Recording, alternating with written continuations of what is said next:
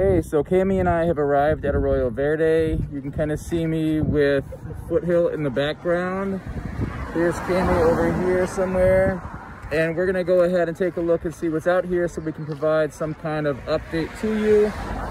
I'm parked just up the street there. I have my mask on. I may take it off at some point if I'm by myself, but I'll have it here just in case there are other people that are around. All right, so here's another view of where we're coming in at. You can see that we've got a little kind of narrow area to walk through here. And then we can just head on down this trail. If we are looking up the valley of Arroyo Verde, we are on the right-hand side of the park. I can see the grass down below here. So we're gonna head off this way. I can already see some large grasses up along the side. That's gonna be the giant wild rye. We may stop closer to one and take a look at that later. All right, so I've dropped a flag here. It has an A on it and it lists a few plant names. There's a few things we can see here. I have here a purple nightshade. I'm going to show you one of the flowers on this because they're quite pretty. If we take a look up the hill here, I'm going to see this really tall grass. This is a giant wild rye.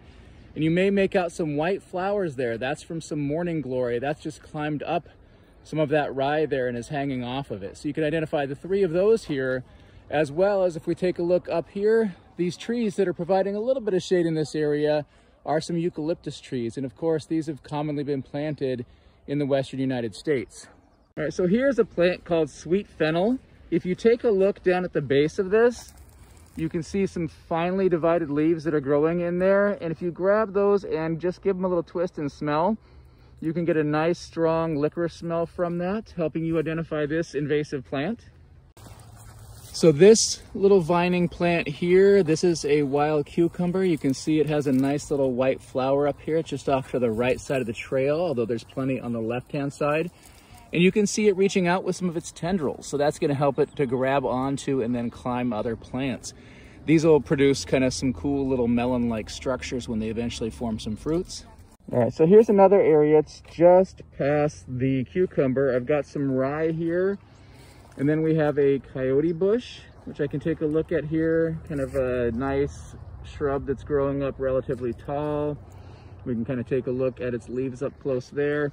And if I move over to the side here, I can see this California sage. I can, of course, pinch a little bit of that and smell that. It has a really nice sage smell to it. Okay, so I've reached kind of a crossroads here. I can see a hydrant down here. I don't want to go down to the road. I want to keep kind of going this way. I don't have a dog with me, so I won't pick up any poo bags. You might notice here that there's a mountain lion or bobcat sign. I've been here a lot. I've never seen either one of them. If you happen to, that'd be incredibly lucky. I just wouldn't worry about that. But we want to head up the trail this direction, and we're going to be able to make our way to some large oak trees up in this area here, so we might take a look at those. Hey, so here I am in the shade underneath these oak trees. And so I can kind of spin around here and you can see big trees all around me. And if I were to take a look, I could actually find some other things in this area. So let's see if I can figure out how to switch this thing around. Yeah, so here I can take a look actually underneath an oak tree right by its trunk, some poison oak. Now, oftentimes we'll see a little bit of red tinge on the poison oak leaves. I don't currently see any of that. But I can take a look here, and there's a little bit on this one down here where we have some fresh growth, and I can see those leaves in a little bunch of 3 there that we usually use to identify this. In case you were wondering what those cucumbers look like when they start to produce a fruit, here we see one, this nice spiky ball here. You can see we have a bunch of those nice little small flowers. And again, we can see some of the tendrils where this is going to wrap around some things. So this is a great example of a cucumber here underneath these oak trees. So here we are alongside the trail. Low growing on the ground is some young yarrow. So this is another plant we might expect to get taller and to potentially have some showy flowers. Okay, so I've reached the point in the trail where I'm overlooking this big covered structure here. And you can see that there's going to be a road up in this direction. So just off to the left of the trail there, and I will eventually walk to that road and down.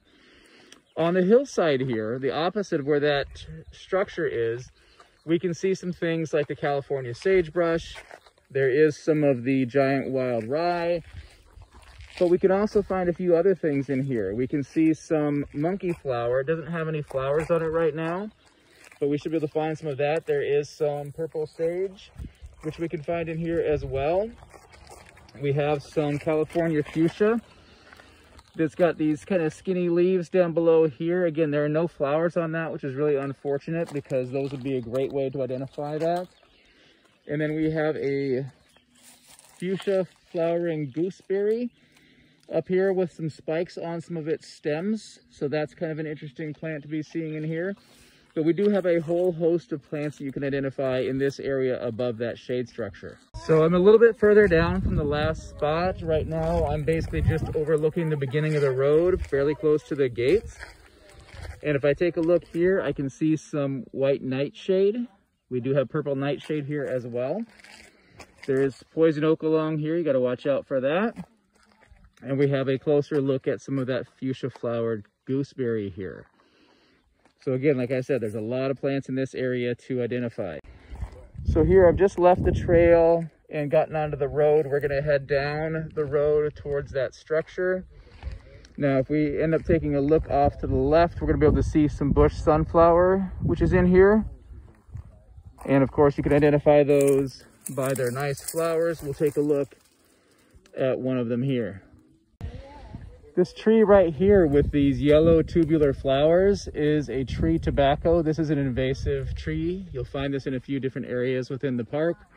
But here we are just off the road as we head down to the structure.